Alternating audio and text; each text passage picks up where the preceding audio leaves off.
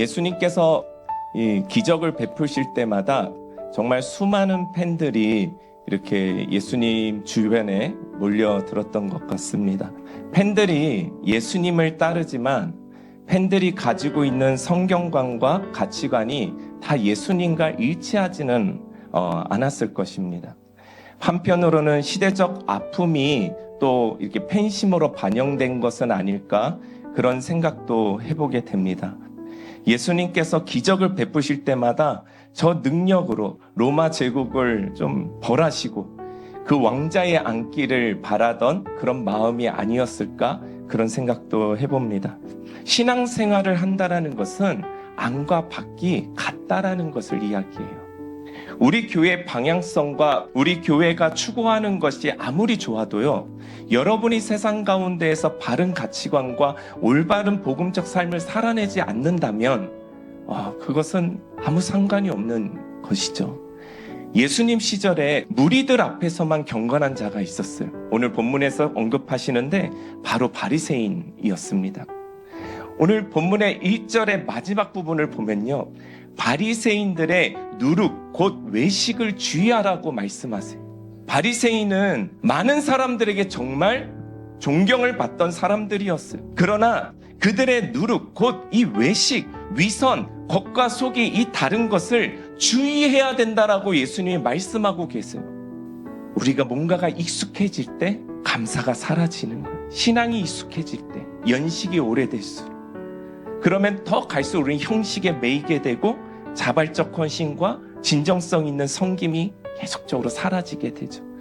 주님께서는 계속해서 뭐라고 말씀하셨냐면요, 이런 바리새인들의 삶을 통해서 화 있을진저 저주를 받을지어다. 우리가 아무리 이 땅에 잘 살아도 무슨 소용이 있겠습니까?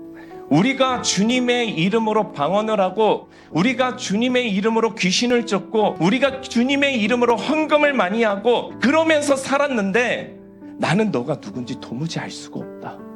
신앙의 연식이 쌓여가고 신앙이 익숙해질 때 보통 사람들이 마음판에 새기는 복음서가 있어요. 내가 복음, 내가 이렇게 했는데 내가 복음을 지워버려야 돼요. 내 뜻, 내 생각, 내 가치, 내 소유, 내가 배웠던 것, 내가 경험했던 것, 이 모든 것들, 교회 안에서 그 내가 하는 것들이 지워져야 된다라는 거예요. 내가에서 벗어나서 하나님의 뜻, 아버지의 뜻, 아버지의 생각, 예수님의 헌신, 이런 것들을 생각하면서요, 주님은 무엇을 지금 나에게 말씀하고 계시는가? 나는 주님의 이러한 뜻 가운데 나는 지금 오늘을 어떻게 살아가고 있는가를 기억해야 된다라는 거예요. 이 시대의 진정한 제자도는 하나님의 말씀에 삶으로 대답하는 것이다. 여러분, 마태복음 7장에 이런 말씀이 있습니다. 나더러 주여 주여 하는 자마다 다 천국에 들어가는 것이 아니요 다만 하늘에 계신 내 아버지의 뜻대로 행하는 자만이 들어가리라. 오늘 예수님께서 우리에게 하시는 말씀은 그 십자가의 길로 초대하시는 거예요. 살고자 하면 죽을 것이요 죽고자 하면 살 것이다. 나오라. 세상의 승리에 기뻐하지 말고, 그 가짜 승리에 기뻐하지 말고 진짜 승리, 찐승 앞으로 나오라는 거예요. 세상에 붙들려 성공하는 자보다 예수님께 붙들려 사는 사람이 더 능력 있는 삶이라는 것을 이제 너희가 그 길을 통해서 밝히 보이라는 거예요. 주님은 우리를 순교의 자리로 부르고 계시는데 우리는 삶의 안녕과 삶의 문제 앞에서 주님을 찾고 있어요. 어쩌면 우리의 신앙의 능력이 더 이상 나타나지 않는 이유는 죽음에 대한 두려움, 지나친 건강에 대한 염려, 물질에 대한 욕구들, 이것이 가득하다 보니 진짜 하나님이 보이지 않는 것일 수도 있어요. 내가 살아나니까 계속 주장하는 거예요. 예수가 살지 않고 내가 살아나니까, 내가 살아나는 사람은 평생을 내가 복음을 써가게 되는 거예요. 그러나 신앙은 내가 잘 살자고 예수 믿는 거 아니라고 말하고 있죠. 잘 죽자고 믿는 거예요. 우리의 삶을 아껴서라도 그 하나님의 질문에 우리의 삶으로 대답해야 합니다. 어둠에 감춰 있는 것들은 빛이 임할 때 순식간에 드러나게 되어 있어요. 하나님께서 우리를 보고 계시고 우리와 영원히 함께 하심을 믿는다면 감출 만한 일은 우리가 하지 않는 것이 좋겠죠. 저는 이 시대가 우리 다음 세대들을 눈앞에 보이는 것에 급급하게 키우고 그렇게 자란 아이들이 이 창의성이 갈수록 필요한 이 시대 속에서 어떠한 것도 꿈꿀 수 없고 매일 경쟁하고 경쟁자들과 싸우고 이기고 다퉈서라도 내가 잘 되면 그만이라는 생각으로 자란다면 과연 미래가 소망이 있을까요? 저는 우리 아이들 그만 내몰았으면 좋겠어요. 말씀과 성품과 사고의 확장을 기를 수 있는 길들을 계속 열어갈 수 있는 우리의 교회가 되었으면 좋겠습니다. 그렇게 다음 세대를 우리는 길러가야 되는 것이죠. 해가 집니다. 그리고 해는 또 떠오릅니다. 우리는 또 갈 거예요. 우리는 가고 새로운 시대는 또 다가올 겁니다.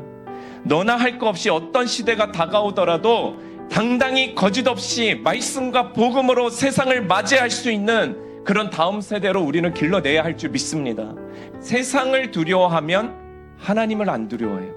그러나 우리를 심판하실 수 있고 영원토록 우리와 함께 하시는 분이 하나님이라는 사실을 알고 그분만을 두려워하는 자는 세상을 두려워하지 않는다라는 거예요.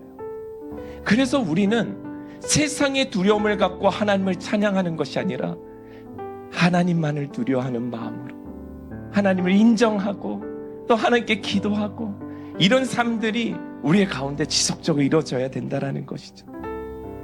하나님만이 영원하시지. 근데 그 하나님이 나의 아버지가 되어주셨지.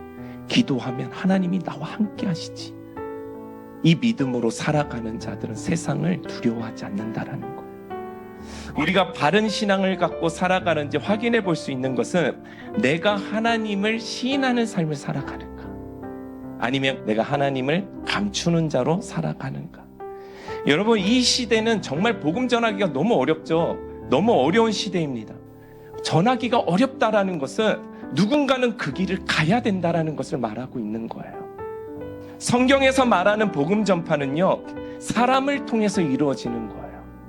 그러나 우리가 세상 가운데 사람들 사이에서 주를 시인하지 않는다면 이루어질 수 없는 일이라는 것이죠. 사랑하는 여러분, 하나님을 시인하는 삶을 삽시다. 네, 하나님만을 인정하는 삶을 살아가길 축복합니다. 하나님을 시인하고 인정하는 삶은 하나님께 온전히 순종하는 삶을 말하는 거예요. 다 맡겨드리는 삶을 말하는 거예요. 우리는 각자의 십자가들이 다 있습니다. 십자가의 길을 우리는 생명의 길이라고 말해요. 왜냐하면 예수님이 다 닦아 놓으셨기 때문에, 예수님이 이미 생명을 다 부어 넣어 주셨기 때문에 우리는 생명의 길을 가는 거예요. 십자가의 길, 생명의 길은 나의 목숨까지도 하나님께, 나의 죽음까지도, 나의 영혼까지도 하나님께 맡겨드리는 길이라는 거예요. 세상이 보고 믿지 않는 자들이 보고 사탄이 볼 때에는 거기가 가시밭길이고 죽음의 길이라고 말하지만 거기에 속지 마십시오. 영원한 길은 생명의 길, 십자가의 길밖에 없습니다. 주님의 길을 걷는 자들은요, 죽어도 영원한 생명으로 부활하게 될 거예요. 문제를 두려워하지 마십시오. 세상을 두려워하지 마십시오. 오직 하나님 한 분만을 두려워하는 우리 심플교회 되기를 축복합니다. 오직 하나님 한 분께로만 순종하는 교회 되기를 원합니다. 하나님을 시인하고 하나님만을 인정하는 우리 되기를 원합니다. 그럴 때 하나님께서는 우리의 모든 인생을 책임져 주시는 거예요. 나를 통해 수많은 사람들이 이제는 하나님께로 오게 되고요, 죽은 자들 가운데서 다시 살아나는 놀라운 역사로 우리를 세우실 거예요. 주님 오시는 길을 예비한다라는 것은요, 주님의 길을 걷는 자들만이 맞이할 수 있다는 뜻이기도 한 겁니다.